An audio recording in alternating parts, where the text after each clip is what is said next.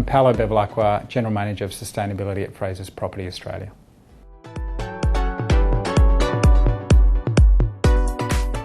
The main benefits of the new Green Star Design and As-Built tool in the short term, I believe, are the fact that it's one rating tool for all building types.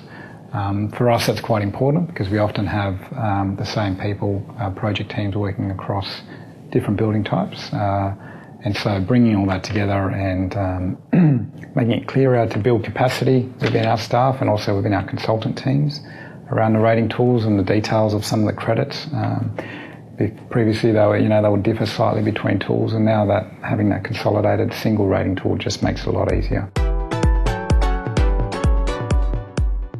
So over the longer term, I think the real benefits of Green Star Design and As-Built will be that we'll start to see the reduction in certification costs and the streamlining of that documentation process as industry knowledge increases and capacity is built in industry. And also due to the fact that the new tool has simplified a lot of that process that previously existed. Flowing on from that, there's a benefit in a greater focus on the actual design and building attributes and construction process. So there's a limited budget on projects, and some of that budget can be diverted to even better buildings. And then ultimately, what I think we'll see is just more Green Star ratings across various industry sectors. And the benefit of that could be quite significant. As we have more Green Star certified projects, there's clear understanding of the valuation and other benefits associated with that. And that flows into investment decisions around the property industry. So I think there's a flow-on effect that starts with the one tool and the benefits that will come from that.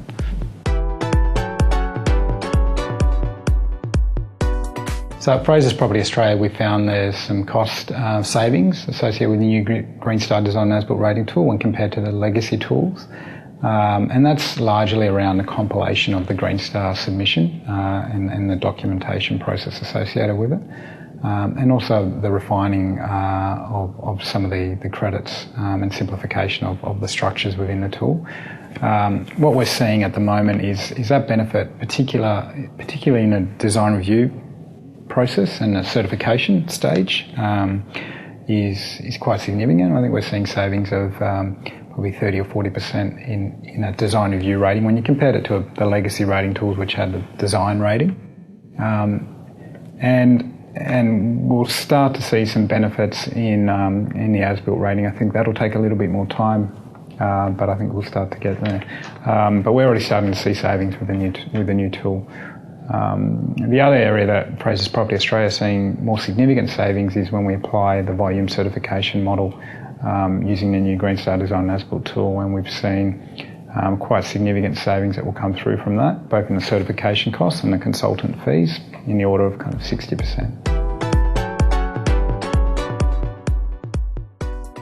The new Green Star Design and As-Built tool should help the industry deliver better buildings by the fact that it is a much more streamlined process. And that helps build capacity in industry with our project and consultant teams and allows them to focus more on the design process and the construction process than that certification process that was a barrier with some of the legacy tools. Also the fact that the benchmarks have been adjusted, and they reflect some of the trends and best practice emerging areas in Green Star. Some of the things the new areas that have been considered now around climate adaptation, for example, and the social areas that are now being built into the rating tool indicate that sustainability is more than just the environmental impact; it's much broader. And those benchmarks have now been introduced, and other benchmarks that historically were there as well have been tightened up to better reflect leadership in the industry. What we've also found is the innovation category in Green Star is much broader now, and I think that really reflects the flexibility within the Green Star tool and the fact that it does allow opportunities in other areas that have an environmental or social benefit to be recognised. Some examples are providing education to our contractors on site around sustainability and Green Star is now recognised in innovation. We can also now reference other rating tools globally and in Australia that have initiatives that are rewarded that may not be captured in Green Star.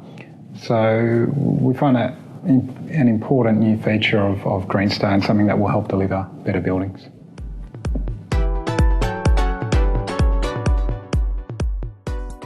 My one piece of advice to industry with regards to Green Star design and as-built would be to just get stuck into it and really understand the new features and the new processes that have been introduced with the rating tool. There is a lot of, outdated views in industry associated with some of the legacy tools around the process and the documentation aspects of Green Star and maybe some of the prescriptiveness of it. And what we've found at Frasers Property Australia is that a lot of those barriers and concerns have been addressed. And so people need to just get into it to understand and not make assumptions based on those legacy tools and issues.